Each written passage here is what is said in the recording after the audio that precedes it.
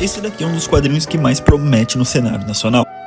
Para quem gosta de obras com artes insanas e com traços excepcionais, Forma Consciência é o pacote completo.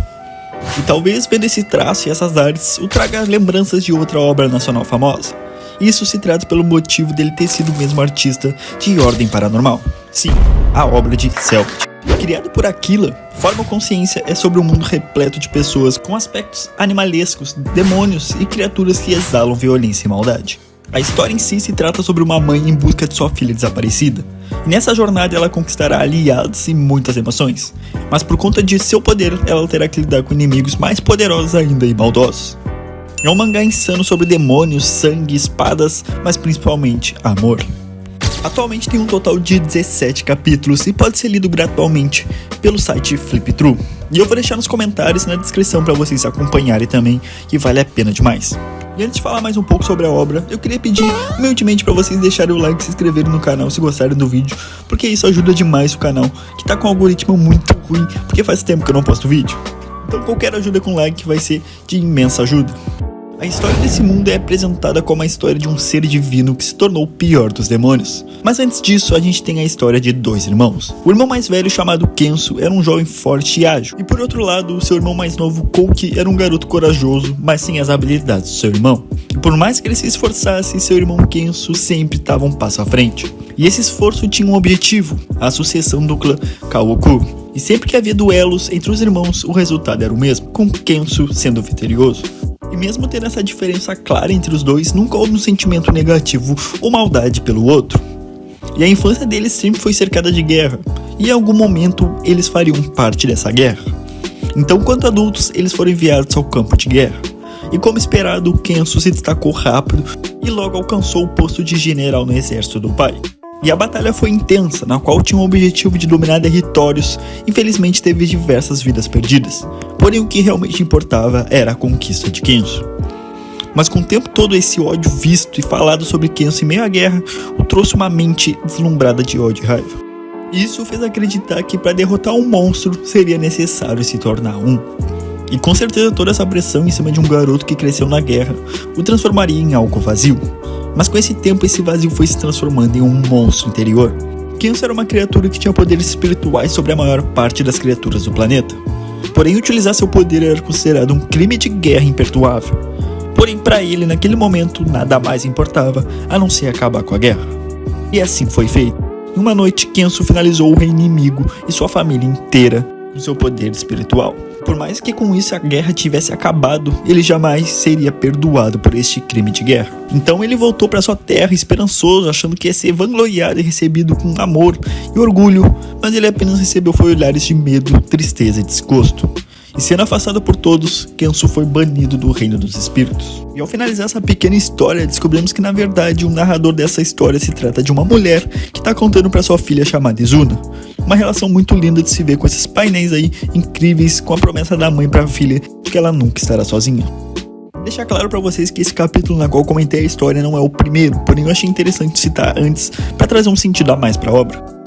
O capítulo inicial de verdade começa de uma forma bem abstrata, com diversos coelhos sendo possuídos por algo maligno e obscuro. Eu admito que eu não entendi muito bem, mas na minha percepção eu entendi que algo dominou um dos coelhos e isso se expandiu para os outros, mas eu não tenho certeza ainda disso, já que é uma arte bem abstrata. E seguindo para o próximo capítulo, a gente vê a mesma mãe acordando e procurando sua filha Izuna, mas algo a chamou a atenção, e foi o fato da sua nova aparência com garras e chifres de uma forma demoníaca. E ao continuar procurando a filha, ela se depara com um coelho. E com certeza, depois do primeiro capítulo que vimos, esse coelho seria algo estranho. E assim ele se revela em uma forma um tanto humana. E assustada, a mulher luta e questiona de quem seria esse coelho e o motivo de ter feito isso com ela. E foi então que ela responde que ela iria acabar com esse sofrimento e manifestou, digamos que uma cobra gigante para atacar. Que aparentemente parece meio que a forma de poderes dele e de forma de atacar, meio que manifestando algum animal, energia, algo do tipo. Só que para sorte dela, um ser poderoso surgiu para quebrar esse ataque. E pelo que é dito, esse outro ser se chama Demétria, e a que estava em forma de coelho se chama Hana. E durante a conversa desses dois seres, podemos perceber uma ideia de que Hana tem como objetivo eliminar humanos, enquanto a Demétria tem um lado mais de empatia. E baseado nessa pequena conversa, a gente pode entender que nesse mundo há demônios ou seres humanos que foram transformados em alguma criatura. E talvez os humanos transformados sejam seres descontrolados e há apenas algumas exceções que se tornam válidas para não serem eliminados. Que é o caso da mulher que, por tudo dito, deve ser alguém importante para o mundo naquele momento. E ao levar a mulher, Hannah conta que ao que parece ser o chefe, que a mulher ainda conta com um pingo de humanidade. E com certeza devido à preocupação que ela tem com sua filha Izuna e toda a sua conexão. E o que podemos deduzir é que esse local que ela está é basicamente um laboratório de experimentos em criaturas, já que a própria mulher se encontra de forma acorrentada. Nesse capítulo também podemos ver diversas criaturas, sejam com aparência animais e outras como seres diferenciados que nem a gente viu em Demetria e Hannah. E até mesmo um dos garotos, que por sinal se chama Gon, achei bem interessante essa referência a Hunter x Hunter, acredito eu. Ele pergunta para a Dona Coelha se ele seria algo como eles ou seria como os monstros lá fora. Porém, ela dá uma resposta seca dizendo que ela é uma humana.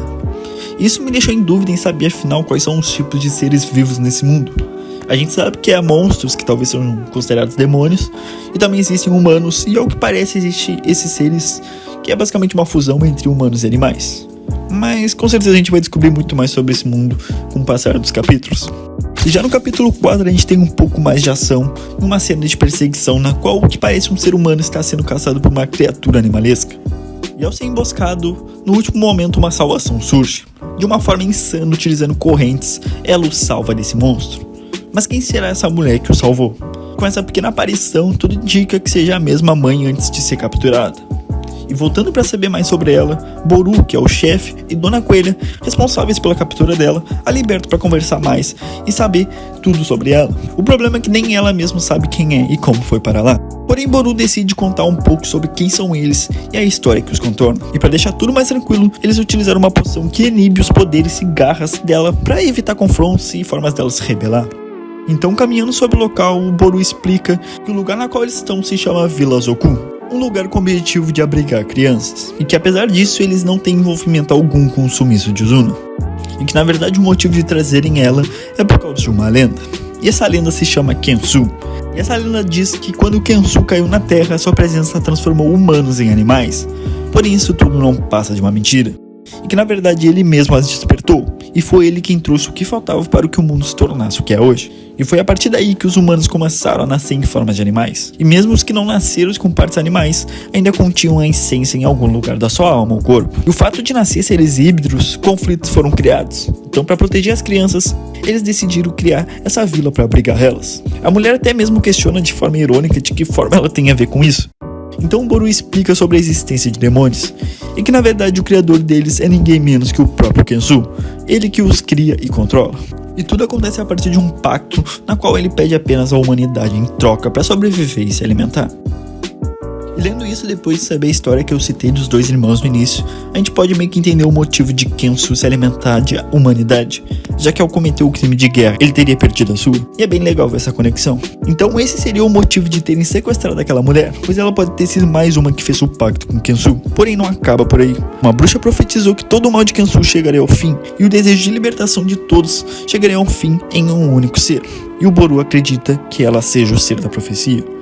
Principalmente pelo motivo dela ter despertado seu lado animal e pelo fato dela não ter sido transformada totalmente em um demônio. Porém, algo mais sinistro ainda a conecta com essa lenda.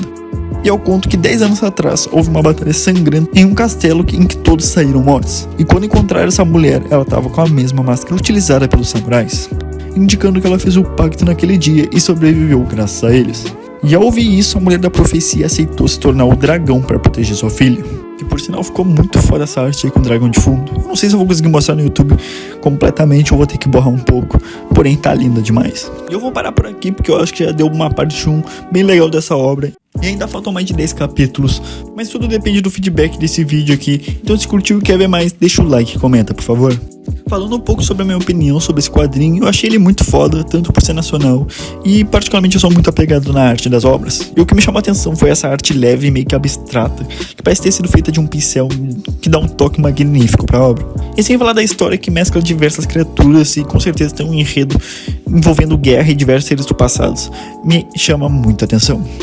E acredito que tem muito a se desenvolver, tanto os poderes de cada criatura que já foi revelado que eles têm. Então é uma quantidade gigantesca para ser abordada nessa obra. E eu espero ansiosamente para continuar lendo ela.